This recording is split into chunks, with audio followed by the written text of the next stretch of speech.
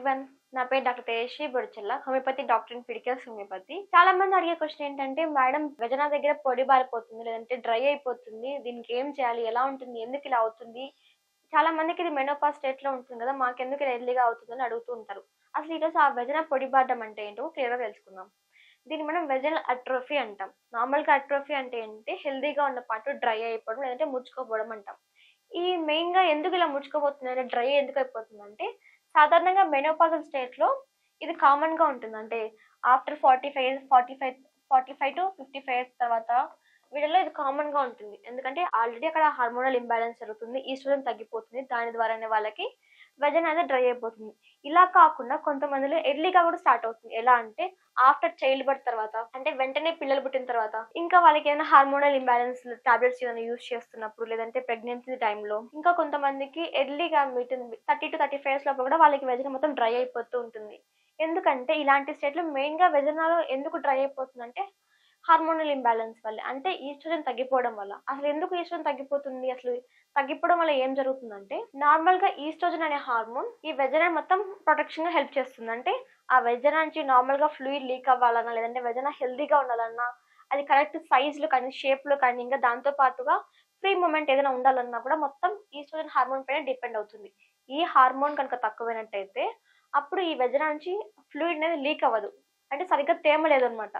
దాంతో పాటుగా ఆ ఇన్ఫెక్షన్స్ అనేటివి ఈజీగా అటాక్ అవుతూ ఉంటాయి అక్కడ. దాని వల్లనే వాళ్ళకి వెజైనా మొత్తం డ్రై అయిపోయి ఇలా పొడి పొడిగా చీలికలుగా కనిపిస్తూ ఉంటుంది. ఇంకా ఇలా పొడి బారడం వల్ల చీలికల్లాగా ఏర్పడడం వల్ల ఆ చీలికల నుంచి ఇన్ఫెక్షన్స్ అనేటివి ఈజీగా యూట్రైన్‌లోకి ఎంటర్ అయ్యి వాళ్ళకి ఇంకా ఇన్ఫెక్షన్స్ రావడం ఇవన్నీ కామన్‌గా కనిపిస్తూ ఉంటాయి. మెయిన్‌గా చెప్పాలంటే మెనోపాజ్ అయితే కనిపిస్తుంది. అంటే 55 ఇయర్స్ తర్వాతనే మెయిన్‌గా కనిపిస్తుంది. బట్ రేర్ కండిషన్స్‌లో మాత్రం మెయిన్‌గా ప్రెగ్నెన్సీ తర్వాత, లేదంటే హార్మోనల్ ఇంబాలెన్స్ వల్ల డెలివరీ తర్వాత ఇలాంటి టైంలోనే వాళ్ళకి ఈస్ట్రోజన్ హార్మోన్స్ తగ్గిపోయి వాళ్ళకి డ్రై అయిపోతూ ఉంటుంది. వీళ్ళకి దీంతో పాటుగా కొన్ని సింప్టమ్స్ కామన్‌గా ఉంటాయి. ఏ విధంగా అంటే ఇలా వెజైనా డ్రై అయిపోవడం వల్ల వాళ్ళకి ఆ వెజైనా మొత్తం షార్ట్‌గా అయిపోయి ముడుచుకుపోయినట్టు అయిపోతూ ఉంటుంది.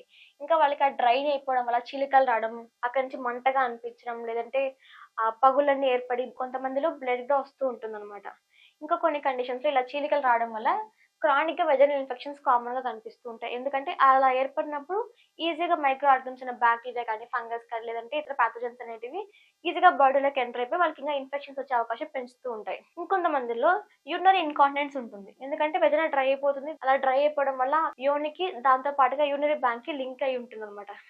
దీని ద్వారా వాళ్ళకి తెలియకుండానే యూరిన్ అనేది లీక్ అయిపోతూ ఉంటుంది. ఇంకా ఆ యూరిన్ పాస్ చేసినప్పుడు వాళ్ళకి మంటగా అనిపించడం, లేదంటే కుచ్చినట్టు, లాగినట్టు నొప్పిగా అనిపిస్తుంది. మరికొంతమందిలో ఆ వెజైనా దగ్గర దుర్వాసనగా రావడం, లేదంటే అక్కడ ఇంకా మంట తగిలి వాళ్ళకి భరించలేనంత నొప్పి కూడా ఉంటుంది.